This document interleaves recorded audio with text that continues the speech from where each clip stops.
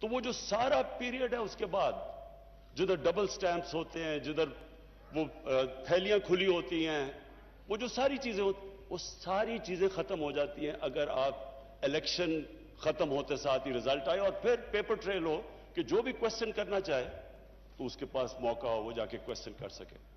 تو میں اگر ان کے پاس اپوزیشن کے پاس کوئی اور تجویز ہے تو ہم تیار ہیں سننے کے لیے.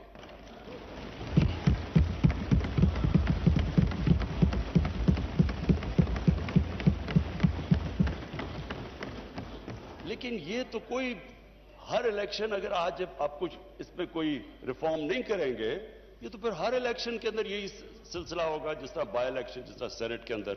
تو یہ ایک میری ریکویسٹ تھی. اچھا جی, اب میں اس بجٹ کے اوپر آتا ہوں. میں اس بجٹ کے اوپر بات کرنے سے پہلے اپنی ویژن کی بات کرنا چاہتا ہوں کہ ہماری ویژن کیا ہے پاکستان کی, اور جو بجٹ ہے وہ ریفلیکٹ کرنا چاہیے جو ایک ملک کی ویژن ہے.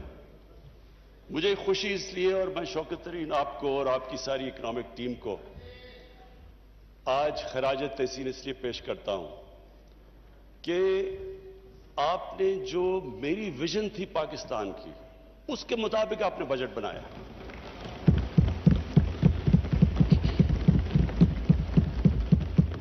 اسپیکر صاحب, جب ہم نے 25 سال پہلے تحریک انصاف کو اس کو شروع کیا پارٹی کو, تو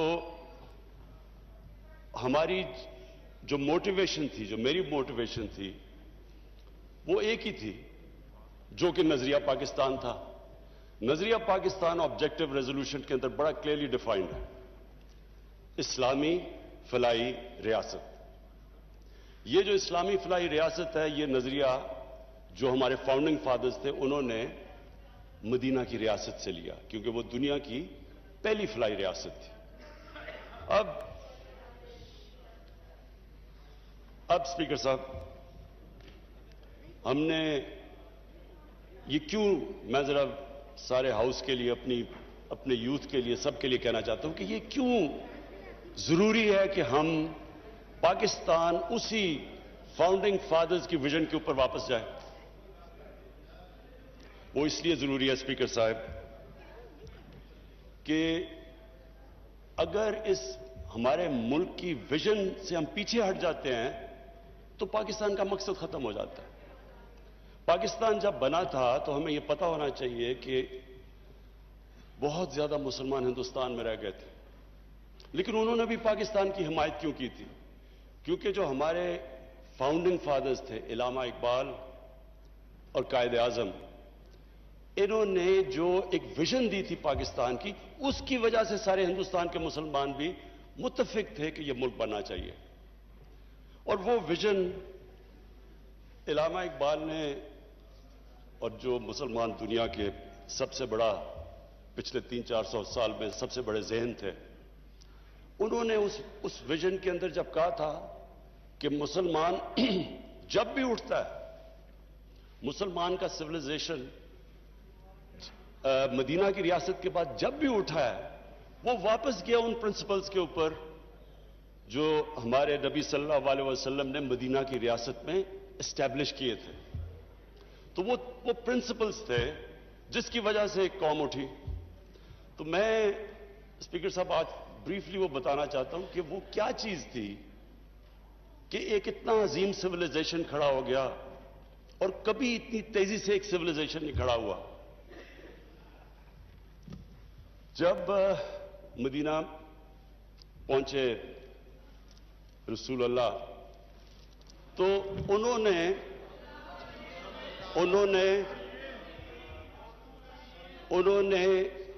مدینہ کی ریاست میں جو پرنسپلز طے کیے, یہ دنیا کی تاریخ اس کی گواہ ہے کہ ان کے مدینہ کے آنے کے بعد 13 سال کے بعد جو ایک سپر پاور تھی وہ ان کے سامنے اس نے گھٹنے ٹیکے, بیزنٹائن ایمپائر, اور 14 سال کے بعد پرشین ایمپائر ان کے سامنے گھٹنے ٹیک گیا. یہ تاریخ کا حصہ ہے. اور اس کے بعد جو وہ سویلائزیشن انہوں نے سیٹ اپ کیا وہ دنیا کا سب سے عظیم سویلائزیشن تھا. اس نے صرف یہ نہیں کہ وہ دنیا میں پھیل گیا, انہوں نے جو سویلائزیشن سیٹ اپ کیا اس کی وجہ سے جو آج ماڈرن دنیا بنی ہے وہ اس سویلائزیشن نے سارے جو گریک فلسفیز جو دنیا میں جو ہندوستان میں فلسفیز تھی ان کی ٹرانسلیشنز کی, ان کو ڈیولپ کیا, ہر فیلڈ میں وہ آگے نکلے, سائنس میں, میڈیسن میں. اور اس کے بعد وہ جب بعد میں ہمارا جب سویلائزیشن نیچے گیا تو یورپ نے ٹیک اوور کر لیا. تو وہ کیا اصول تھے؟ وہ 3 اصول تھے, اور جو ہم نے اپنی پارٹی بنائی 25 سال پہلے تو ہم نے وہ 3 اصول رکھے: انصاف, انسانیت اور خودداری.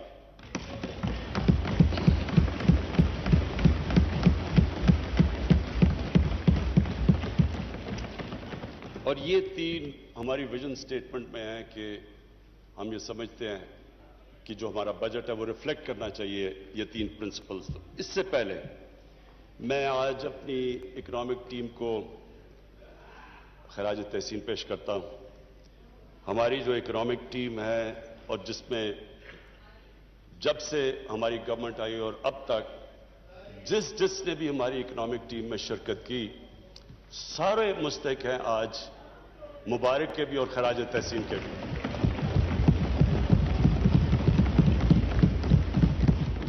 اس ہال میں ہمارے اسپیکرز نے سب نے بتایا کہ کس طرح کا پاکستان ہمیں ملا.